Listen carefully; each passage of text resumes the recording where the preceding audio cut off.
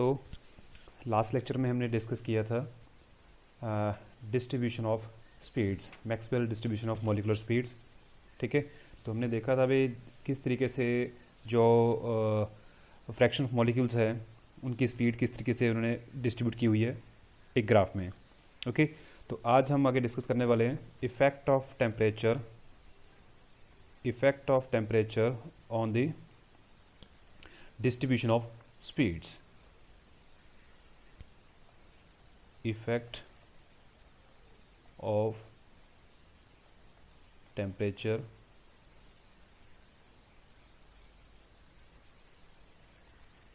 on the distribution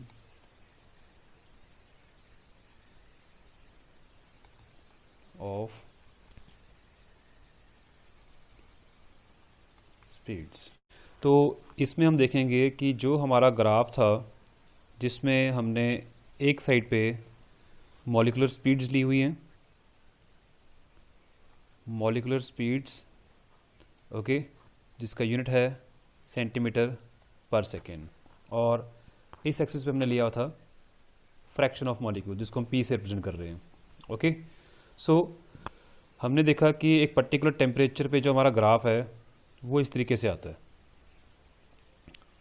और हमने study किया था कि जो लो स्पीड पे जो मॉलिक्यूल्स हैं उनका नंबर जो है, उनकी जो फ्रैक्शन है वो कम है। ठीक है, हमने 3 कैटेगरीज ली थी। सपोज हमारे पास जो लो स्पीड है उसको हम मान के चलते हैं 10 सेंटीमीटर पर सेकेंड, और जो हाई स्पीड है, ठीक है, दैट इज 200 सेंटीमीटर पर सेकेंड, और जो इन बिटवीन स्पीड्स हैं वो वेरी कर रही हैं, 20 होगी, 30 होगी, 40 होगी, 50 होगी। ठीक है, और हम मान के चलते हैं कि ये जो हमारे पास जो स्पीड है जिसमें हमारी फ्रैक्शन जो है मैक्सिमम है। Okay, so the maximum fraction of molecules which is having this speed, वो कौन सी स्पीड है हमारे पास? सपोज वो कोई इंटरमीडिएट स्पीड है, ठीक है, इंटरमीडिएट स्पीड है, एंड अप्रॉक्सीमेटली हम मान के चलते हैं कि वो 80 सेंटीमीटर पर सेकेंड है। ठीक है, तो ये एक पर्टिकुलर टेम्परेचर है जिसको मानते हैं भी टी है, और हमने इस स्पीड को क्या नाम दिया था? हमने बोला था इसको that is the alpha. Alpha is the most probable speed और मोस्ट प्रोबेबल वेलोसिटी। ठीक है, ये तो एक पर्टिकुलर टेम्परेचर की बात आती है। ओके, तो अब हमने क्या स्टडी करना है? इफेक्ट ऑफ टेम्परेचर मीन्स अगर हमारा टेम्परेचर T1 ना हो के T2 टेम्परेचर हो जाए। ठीक है, अगर हमारा टेम्परेचर क्या है? T2 है। ओके, और ये मान लेते हैं कि हमारा जो टेम्परेचर T2 है that is greater then T1, तब क्या होगा? अब जैसे ही हम टेम्परेचर इंक्रीज करेंगे गैस का, तो क्या होगा कि सभी मॉलिक्यूल्स की जो काइनेटिक एनर्जी है वो इंक्रीज हो जाएगी, क्योंकि हमने पढ़ा था कि kinetic energy of the gas is proportional to the absolute temperature, और जैसे ही टेम्परेचर इंक्रीज किया तो काइनेटिक एनर्जी भी इंक्रीज हुई। ठीक है, तो T1 पे जो टेम्परेचर पे हमने देखा जो वेलोसिटीज हैं उनके अकॉर्डिंगली हमने उनकी काइनेटिक एनर्जी निकाली। ओके, तो उनकी कोई काइनेटिक एनर्जी रहेगी, और जैसे ही हम टेम्परेचर इंक्रीज करते हैं तो काइनेटिक एनर्जी इंक्रीज करती है, तो काइनेटिक एनर्जी में क्या आता है हमारे पास? That is the half m(u²) velocity आती है। ठीक है, तो मीन्स मॉलिक्यूल्स की वेलोसिटी भी इंक्रीज करेगी। ओके, क्योंकि kinetic energy is also proportional to the velocity. ठीक है ना, तो वेलोसिटी भी इंक्रीज करेगी, तो टेम्परेचर इंक्रीज करने पे वेलोसिटी इंक्रीज करेगी। मीन्स कि हर मॉलिक्यूल जो भी उसकी स्पीड थी वो उनकी स्पीड क्या हो जाएगी? इंक्रीज हो जाएगी। मीन्स अगर जो मॉलिक्यूल्स 10 सेंटीमीटर पर सेकेंड की जो स्पीड से मूव कर रहे थे उनकी स्पीड क्या हो जाएगी? अब वो 20 हो जाएगी, ठीक है, 30 हो जाएगी। इसी तरीके से जो 80 सेंटीमीटर पर सेकेंड पे जो मूव कर रहे हैं उनकी स्पीड क्या हो जाएगी? इंक्रीज हो जाएगी, 100 तक हो जाएगी, 120 तक हो जाएगी, और इसी तरह से ही जो हमारे पास 200 सेंटीमीटर पे है उनकी स्पीड और भी ज्यादा इंक्रीज हो जाएगी। ठीक है, तो हमारे पास जैसे जैसे हम देखते हैं कि अगर हम टेम्परेचर इंक्रीज करते हैं तो हमारा जो ग्राफ आता है वो इस तरीके का ग्राफ आता है। ठीक है, that graph is at the temperature T2 temperature है। Okay, so this is at T2, और जो हमारे पास जो पीक होती है that is known as the, उस पीक पे जो हमारे पास मॉलिक्यूल्स हैं वो क्या होते हैं? हमारे पास मैक्सिमम फ्रैक्शन है। ठीक है, मीन्स ये जो ग्राफ है इस पे जो ये पीक है that represent the maximum fraction of the molecule, और उसके करस्पॉन्डिंगली जो स्पीड होती है that is known as the alpha, most probable speed. अब यहां पे क्या देखने को मिला कि पहले जो हमारी जो मोस्ट प्रोबेबल स्पीड थी वो क्या थी? 80 सेंटीमीटर पर सेकेंड थी। ठीक है। अब वहां पे फ्रैक्शन जो थी मैक्सिमम थी, अब उस साइड पे जो है वहां पे जो फ्रैक्शन है वो क्या होगी, कम होगी। क्यों कम होगी, क्योंकि ये जो मॉलिक्यूल थे इस फ्रैक्शन पे वो आगे को मूव कर गए, मींस उनकी जो स्पीड है वो इंक्रीज कर गई। अब ये जो स्पीड है मीन सपोज मान लो ये हमारी जो स्पीड है दैट इज 120 सेंटीमीटर पर सेकेंड, हम मान के चल रहे हैं, एक्चुअल नहीं पता पहले क्या थी वो 80 सेंटीमीटर पर सेकेंड, ठीक है। अब हमारी जो मोस्ट प्रोबेबल स्पीड आ रही है दैट इज 120 सेंटीमीटर पर सेकेंड। अब उसके कॉरस्पॉन्डिंगली हम फ्रैक्शन देखें तो फ्रैक्शन क्या हो गया, कम हो गया। इसी तरीके से कोई भी स्पीड देख लो उनकी फ्रैक्शन क्या हो रही है, कम हो रही है, ठीक है। अब यहां पे थे हमारे पास 10 सेंटीमीटर पर सेकेंड वाले, अब वो पहले यहां पे उनका फ्रैक्शन था, अब वो फ्रैक्शन यहां पे है, मींस वो जो 10 सेंटीमीटर वाले थे वो मूव कर गए आगे को, ठीक है। तो जो थोड़े मॉलिक्यूल रह गए वो इतने रह गए। इसी तरीके से अगर हम टेम्परेचर T3 लेते हैं and T3 is greater then T2 तो हमारा जो ग्राफ है ये फर्दर जो है राइट की तरफ मूव करता है, ठीक है। तो हमारा ग्राफ क्या है, एक तो इसकी जो पीक है जो फ्रैक्शन है वो कम होती जाती है और हमारा जो मोस्ट प्रोबेबल स्पीड है वो क्या हो रही है, वो इंक्रीज होती जाती है, ठीक है। मोस्ट प्रोबेबल स्पीड पहले 80 थी, फिर 120 होगी, अब यहां पे अप्रोक्सीमेट 150 तक हो गई, ठीक है। तो उसके कॉरस्पॉन्डिंगली जो फ्रैक्शन है वो भी कम होती जा रही है। ऐसा क्यों हुआ, क्योंकि जैसे जैसे हमने क्या किया है, टेम्परेचर इंक्रीज किया है, हमारा एक तो जो कर्व है एंटायर कर्व जो है वो फ्लैटन होता गया और राइट को शिफ्ट होता गया, ठीक है। और मोस्ट प्रोबेबल स्पीड की जो वैल्यू है वो इंक्रीज होती गई 80 से 120, फिर क्या होगी हमारे पास अप्रोक्सीमेटली 150 हो गई। तीसरा क्या है, जो फ्रैक्शन ऑफ मॉलिक्यूल है, the fraction of molecules which is having the most probable speed वो डिक्रीज होती गई। पहले इस फ्रैक्शन पे मॉलिक्यूल इतने थे, अब फ्रैक्शन क्या होगी, कम होगी, अगली फ्रैक्शन क्या हो जाएगी, और भी कम हो जाएगी, ठीक है। तो ये चीज हमारी हो रही है। चौथी चीज में क्या हो रही है कि जो हाई स्पीड वाले मॉलिक्यूल्स हैं जिनकी फ्रैक्शन पहले कम थी, अब जैसे सपोज कर लो ये हमारी जो फ्रैक्शन है, ये जो स्पीड है हमारे पास वो 200 सेंटीमीटर पर सेकंड है हाई स्पीड, ठीक है। उस टाइम पहले फ्रैक्शन हमारी यहां पे थी, इसके कॉरस्पॉन्डिंग हमारे पास जो फ्रैक्शन आती है वो यहां पे थी। अब उसी स्पीड पे हम देखते हैं तो हमारी जो फ्रैक्शन है वो इंक्रीज हो जाती है। फिर आगे चलते हैं तो T3 पे तो हमारी फ्रैक्शन और भी इंक्रीज हो गई, ठीक है। तो the fraction of molecules which are having the high speed it increases, okay, and the fraction of molecules having the low speed decreases with the increase of temperature, clear। so हुआ क्या यहां पे कि with the increase of temperature हमने क्या study की है कि जो लो फ्रैक्शन वाले मॉलिक्यूल्स हैं उनकी स्पीड इंक्रीज हो जाती है, तो हमारे पास जो कम स्पीड का जो फ्रैक्शन है, कम स्पीड के जो मॉलिक्यूल्स हैं उनकी जो क्वांटिटी है वो कम हो रही है। इसी तरह से हाई स्पीड वाले क्या हो रही है, उनकी फ्रैक्शन जो है इंक्रीज हो रही है। क्यों, क्योंकि मॉलिक्यूल्स पहले लो स्पीड वाले वो जा रहे हैं मोस्ट प्रोबेबल की तरफ, और मोस्ट प्रोबेबल कहां जा रहे हैं, हाई स्पीड की तरफ जा रहे हैं। बट एक चीज में ध्यान रखनी है कि जो एरिया है, जो एरिया अंडर दिस कर्व है वो क्या है, सेम है। अगर आप इसका एरिया निकालोगे तो वो सभी जो कर्व में वो सेम है, ठीक है। जो क्या रिप्रेजेंट कर रहा है कि number of molecules of the gas जो है वो उसमें टोटल है जो सेम है, वो नंबर ऑफ मॉलिक्यूल्स क्या रह रहे हैं वो सेम है, जो फ्रैक्शन रहेगी वो सेम रहेगी। जो एरिया अंडर द कर्व है that gives the number of molecules of A given sample of A gas, ठीक है। तो वो सैंपल में जो नंबर मॉलिक्यूल्स हैं वो तीनों में सेम है, ठीक है। बट उनकी जो परसेंटेज थी, जो उनकी फ्रैक्शन थी लो स्पीड, हाई स्पीड और मोस्ट प्रोबेबल स्पीड में, वो क्या हो रही है, चेंज हो रही है, क्लियर। सो नेक्स्ट हमारे पास बात आती है different types of molecular velocities. Different types of molecular velocities और स्पीड्स, ठीक है। सो जो मॉलिक्यूलर वेलोसिटीज हैं उनको हम जनरली 3 डिफरेंट टाइप्स में स्टडी करते हैं। कौन कौन सी टाइप्स हैं, सबसे पहले जो हम टाइप स्टडी करते हैं that is the most probable speed, most probable speed या फिर वेलोसिटी, जिसको हमने अभी डिस्कस किया, that is denoted by a symbol alpha, ठीक है। So what is the most probable velocity, it is the velocity which is possessed by the maximum fraction of the total number of molecules, ठीक है। So I can write here it is the velocity possessed by maximum fraction of total number of molecules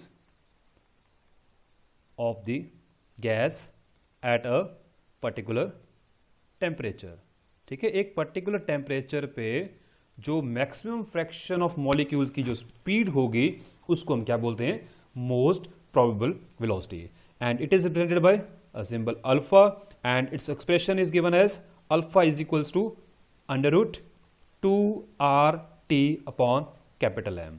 ठीक है, यहां पे जो capital M है that is the molecular mass of the gas. Okay, इसको आपने याद रखना है. Alpha is equals to under root 2RT by M. Next type की जो वेलोसिटी है दैट इज एवरेज वेलोसिटी. जो सेकेंड वेलोसिटी हम स्टडी करते हैं that is the average velocity. ठीक है, इसको रिप्रेजेंट किया जाता है सिंबल V से. What is the velocity? It is the average of different velocities of all molecules which are present in a given sample of gas at a particular temperature. So what is that? It is the average of the different velocities of all molecules which are present in a given sample of gas at a particular temperature. Okay, now suppose हमारे पास क्या है, there are n different molecules. ठीक है, suppose we have n different molecules हैं, और suppose V1, V2, V3 and so on are the velocities of these n different molecules.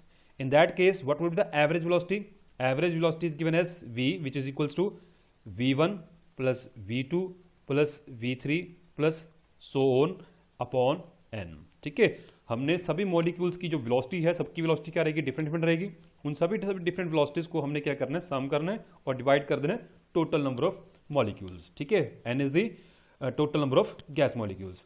Okay, now suppose अगर हमारे पास यहाँ पे n1 नंबर ऑफ मॉलिक्यूल्स हैं जिनकी वेलोसिटी क्या है, v1 है, और n2 नंबर ऑफ मॉलिक्यूल्स हैं जिनकी वेलोसिटी v2 है, और n3 मॉलिक्यूल्स हैं जिनकी वेलोसिटी क्या है, v3 है, और इसी तरीके से हमारे पास n4 की जो मॉलिक्यूल्स हैं उनकी वेलोसिटी v4 है and so on.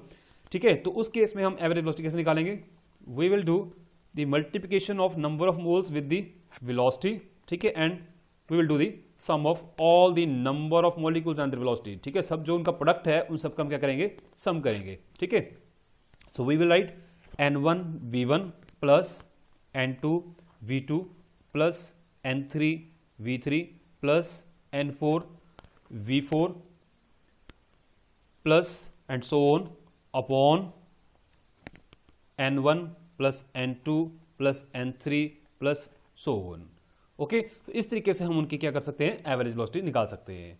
So ultimately हमारे पास एक एक्सप्रेशन आता है v is equals to 8RT upon pi m. This is expression for the average velocity. ठीक है, उसके बाद आती है हमारे पास थर्ड टाइप की जो वेलोसिटी है that is root mean square velocity. That is the root mean square velocity. Root mean square velocity that is represented by symbol u. ठीक है, सो नाम से पता चल रहा है root mean square velocity. Okay, so means हमने क्या लेना है कि जो वेलोसिटीज हैं उनका पहले स्क्वायर करना है, स्क्वायर करने के बाद हमने क्या लेना है, मीन लेना है, फिर हमने उसका अंडर रूट लेना है. So it is the square root of the arithmetic mean of squares of different velocities of the molecules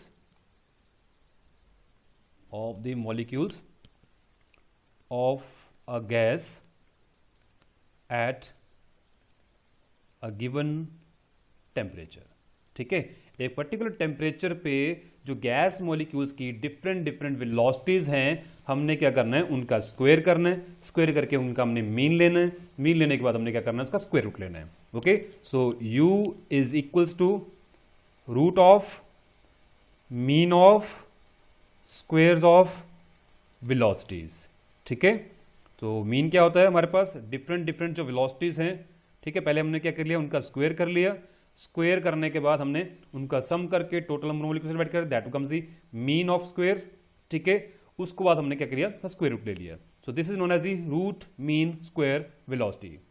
इसी तरीके से जैसे हमने एवरेज वेलोसिटी में देखा था कि सपोज हमारे पास there are n1 number of molecules which are having the velocities v1 and n2 number of molecules which are having the velocities v2s, ठीक है, और n3 molecules हैं जिनकी velocity क्या है, v3 है, and so on। उस केस में हम जो रूट मीन स्क्वायर वेलोसिटी है वो कैसे निकालेंगे, बिल्कुल सेम उसी तरीके से, we will multiply the number of molecules with the square of their velocities. ठीक है, उसके बाद हमने क्या करना है, सबका सम लेना है। ठीक है, तो इस तरीके से n3 into v3 square and so on divided by n1 plus n2 plus n3 plus so on, उसके बाद हमने क्या करने का, स्क्वायर रूट। ठीक है, तो यहां से हमारे पास रूट मीन स्क्वायर वेलोसिटी आ जाएगी। ओके, नेक्स्ट है हमारे पास कि जो रूट मीन स्क्वायर वेलोसिटी का जो एक्सप्रेशन है, मीन्स हम रूट मीन स्क्वायर वेलोसिटी जो है वो और किस तरीके से कैलकुलेट कर सकते हैं, so that is u is equals to under root 3RT upon m। Okay, और हम इसको इस तरीके से भी लिख सकते हैं 3PV अपॉन m। क्यों, क्योंकि RT जो है वो PV के इक्वल होता है, और further m by v means mass upon volume is known as the density, so we can write it as a 3p upon rho under root। ठीक है, तो rho is the density। Next हमारे पास है relationship between the three types of velocity. ठीक है, हमने अब तीन टाइप की वेलोसिटीज पढ़ी हैं, alpha that is most probable velocity, v that is average velocity and u that is the root mean square velocity. अब इनका आपस में क्या रिलेशन है, ठीक है, वो हमने स्टडी करना है। So next our topic is relationship between alpha, u and v।